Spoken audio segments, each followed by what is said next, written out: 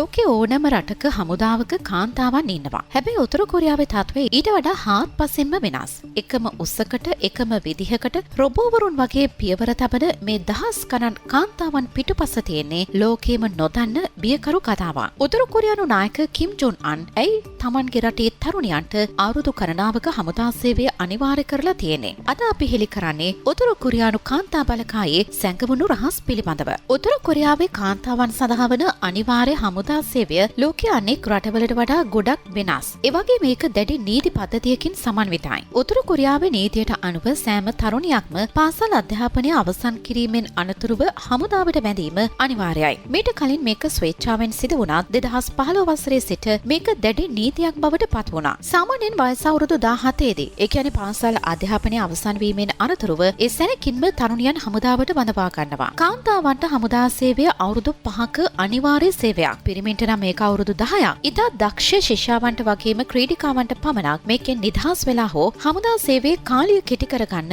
අවස්ථාවක් ලැබෙනවා. හමුදා සේවයට බඳවා ගනිද්දී විශේෂයෙන්ම සලකා බලනවා ඔවුන්ගේ ශාරීරික සුදුසුකම් වගේම පෞල් පසුබිම.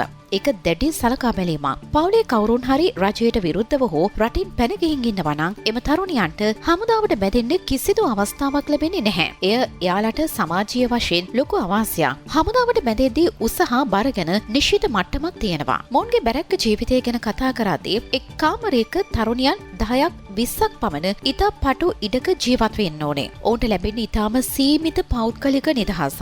හමුදා සේවයේ යෙදෙන කාලය තුල නිවසට යාමට අවස්ථාව ලැබෙන්නේ ඉතාම කලාතුරකින්. බොහෝ විට අවුරුදු 5 අවසන් වෙනකන්ම ඔවුන්ට පවුලේ අය දක්නට ලැබෙන්නේ නැහැ. දුරකථන පාවිච්චිය මොවුන්ට සම්පූර්ණයෙන්ම තහනම්. ලිපි හෝමාරුව පවා හමුදා නිලධාරීන්ගේ දැඩි පරීක්ෂාවට ලක් වෙනවා. උතුරු කොරියානු කාන්තා හමුදා සේවයේ පවතින දරුණුතම ගැටලුව තමයි සනීප ආරක්ෂක හා පෝෂණීය ගැටලු. මේක තමයි මේ සේවයේ තියෙන අඳුරතම පැත්ත. බොහෝ කාන්තා සොල්දාදුවන්ට ලැබෙන්නේ බඩේරිඟු හා අලවැනි සරල ආහාර පමණයි. මස් මාළු ලැබෙන්නේ ඉතාම සුවිශේෂී උත්සව අවස්ථාවකදී විතරයි. කාන්තාවන්ට අවශ්‍ය සනීප ආරක්ෂක පහසුකම් රජෙන් නිසි පරිදි ලැබෙන්නේ නැහැ. මේ නිසා ඔවුන්ට පෞද්ගලිකව බොහෝ අපහසුතාවයන් වලට මුහුණ දෙන්න සිද්ධ වෙනවා. මේ තරුණියන් අවුරුදු 5ක හමුදා සේවය අවසන් කිරීමෙන් අනතුරුව ඔවුන්ට සමාජයේ ඉහළ පිළිගැනීමක් ලැබෙනවා. විශේෂයෙන්ම රජයේ රැකියාවක් ලබා ගන්න හෝ විශ්වවිද්‍යාල අධ්‍යාපනයට ඇතුළත් වන්න හමුදා සේවා සහතිකය අනිවාර්යයි.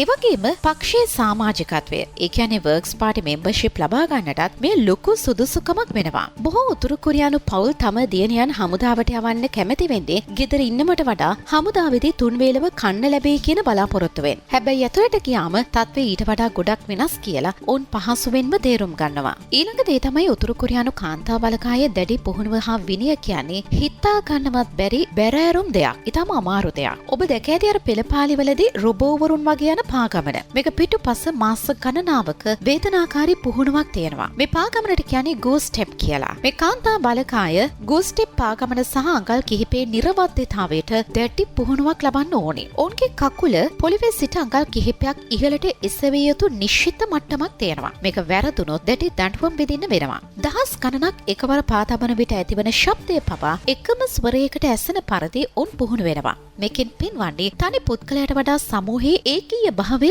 වැදගත් කියන එක. පුහුණුව කියන්නේ ශාරීරික ව්‍යායාම විතරක් නෙවෙයි. ඔවුන්ගේ දෛනික කාලසටහනෙන් වැඩි කාලයක් වෙන් වෙන්නේ කිම් පවුලේ ඉතිහාසය වගේම පාලන තන්ත්‍රයට පක්ෂපාතී වීමේ වැදගත්කම ඉගෙන ගන්න. ඕනෑම මොහොතක නායකයා වෙනුවෙන් ජීවිතය දීමට ඔවුන් මානසිකව සූදානම් කරනවා. උතුරු කොරියාවේ ශීත කාලයේ උෂ්ණත්වයේ ඍණ අගයන් දක්වා ඇතැම් කාලවලදී පහළ බහිනවා. ඒ වගේ වේලාවක පවා ඉතාමත් සැහැල්ලු ඇඳුම් ඇඳගෙන අයිස් තට්ටු මත බඩගාමින් සටන් පුහුණු වීමට ඔවුන්ට සිද්ධ වෙනවා. පුහුණුව අතරතුරදී ඔවුන්ට ලැබෙන්නේ ඉතාම අඩු ආහාර ප්‍රමාණයක්. බඩගින්න ජය ගැනීමත් පුහුණුවේ කොටසක් විදිහටයි ඔවුන් උගන්වන්නේ. උතුරු කොරියාවේ කාන්තා බලකායේ විශේෂයෙන්ම වෙඩි තැබීමේ දක්ෂතාවයට ප්‍රසිද්ධයි. බොහෝ දෙනෙක් ස්නයිපර් තුවක්කු හැසිරවීමට වගේම ගුවන් යාන නාශක තුවක්කු ක්‍රියාත්මක කිරීමට විශේෂ පුහුණුවක් ලබනවා. ඔවුන්ගේ ඉලක්ක ගැන උතුරු කොරියානු නායක කිම් ජොන් අන් පවා ලොකු විශ්වාසයක් තබනවා. හැබැයි විශේෂයෙන්ම කියන්න ඕන දෙයක් තමයි පුහුණුවේදී එක් අයෙක් අතින් පොඩි හෝ අතපසුවීමක් සිද්ධ වුණොත් මුළු කණ්ඩායමටම දඬුවම් ලැබෙනවා. සතියකට වරක් කෝන්ස්වන් විවේචන සැසි පවත්වන්න ඕන.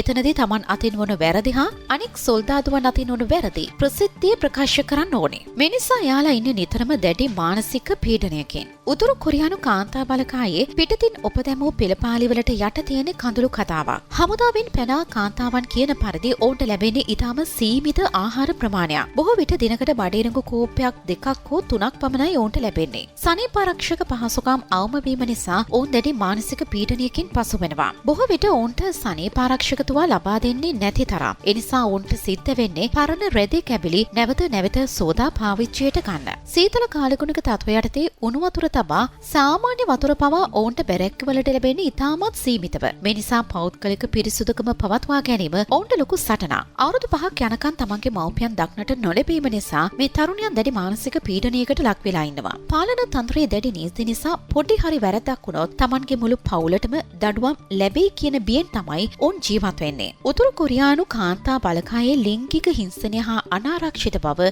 ජාත්‍යන්තර මාධ්‍ය හෙළි කරපු ඉතාම කනගාටුදායක පැත්තක්. උසස් නිලධාරීන් අතින් සමහර කාන්තා සොල්දාදුවන් විවිධ හිංසනයන්ට ලක්වන බව වාර්තා වනවා. නමුත් හමුදා විනය හා පාලනය නිසා මේවා ගැන පැමිණිලි කරන්න ඔවුන්ට කිසිදු අවස්ථාවක් ලැබෙන්නේ නැහැ. ඒ වගේම උතුරු කොරියානු කාන්තා බලකායේ තවත් විශේෂම දෙයක් තමයි එරට නායක කිම් ජොන් අන්ගේ ප්‍රියතම බලකාය මෙයවීම. උතුරු කොරියානු නායක කිම් ජොන් අන් නිතරම කාන්තා බලකායන් වෙත ගොස් ඔවුන්ගේ දක්ෂතා අගය කරන ආකාරය රාජ්‍ය මාධ්‍ය පෙන්වනවා. මේ ලෝකයට පෙන්වන ප්‍රචාරක ක්‍රමයක් වුණත් මේ කාන්තාවන් උතුරු කොරියානු පාලන තන්ත්‍රයේ ප්‍රබලතම ආරක්ෂක පෞර ලෙසයි සැලකෙන්නේ. කිම් ජොන් අන් උතුරු කොරියානු කාන්තා බලකායට මේ තරම් විශේෂත්වයක් හා ප්‍රියතම බවක් දක්වන්න හේතු කිහිපයක් තියෙනවා. ඒක හුදෙක් ආදරයට වඩා දේශපාලනික හා ප්‍රචාරණ ක්‍රමවේදයක් කිව්වොත් වඩාත් නිවැරදි. එක් හේතුවක් තමයි උතුරු කොරියානු රජය විශ්වාස කරනවා කාන්තා සොල්දාදුවන් පිරිමින්ට වඩා ඉතාමත් ඉක්මනින් දෘෂ්ටිවාදාත්මකව පාලනය කරන්න පුළුවන් කියලා. ඔවුන් නායකයාට දක්වන පක්ෂපාතීත්වයේ වගේම හැඟීම්බර බැඳීම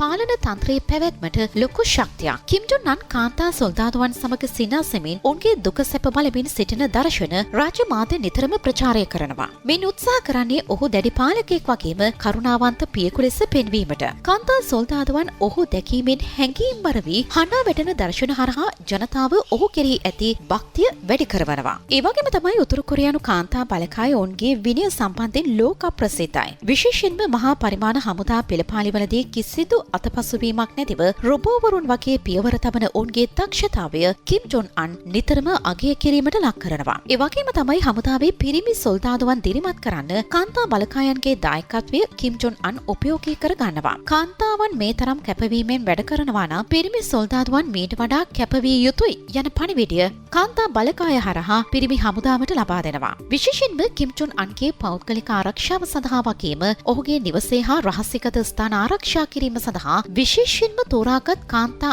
ඒකක යොදවා තිබෙනවා. ඔවුන් ඉතාමත් ඉහළ පුහුණුවක් ලැබූ උතුරු කොරියානු නායකයා වෙනුවෙන් ජීවිතය උනත් ලබා දීමට සූදානම් පිරිසක් ලෙසයි සැලකෙන්නේ. කෙටියෙන් කිව්වොත් උතුරු කොරියානු නායකයා කාන්තා බලකාය භාවිතා කරන්නේ තමන්ගේ පාලනයට මෘදු හා හැඟීම්බර පෙනුමක් දෙන ගමන්ම ලෝකයට තමන්ගේ හමුදා ශක්තිය හා විනය පෙන්වන්න. අවසන් වශයෙන් ගත්තොත් උතුරු කොරියානු කාන්තා බලකාය කියන්නේ හුදෙක් හමුදා කණ්ඩායමක් විතරක් නෙමෙයි. ඒක ලෝකයේ දරුණුතම පාලනයක් යටතේ තාරුණ්‍ය සිරවුණු දහස් ගණන් තරුණියන්ගේ ඉරණමක්. හොඳින් උපදෙමු සපත්තියුවලක් පළඳා රොබෝවරුන් වගේ පියවර තබන මේ සෑම මුහුණක් පිටුපසම තමන්ගේ මව්පියන් දකින්නට පෙරම් පුරන බඩගින්න සමග සටන් කරන පෞද්ගලික නිදහස අහිමි වුණු සාමාන්‍ය ගැහැණු ළමයෙක් ඉන්නවා. ඔවුන් දේශප්‍රේමීන්ද නැත්නම් පද්ධතියක ගොදුරක්ද කියන එක තීරණය කිරීම ඔබට බහරයි. උතුරු කොරියාවේ මේ දැඩි නීති ගැන ඔබේ අදහස පහලින් කමෙන්ට් කරන්න. මේ වගේ ලෝකයේ සැඟවුණු තොරතුරු දැනගන්න අපගේ channel එක subscribe කරන්න.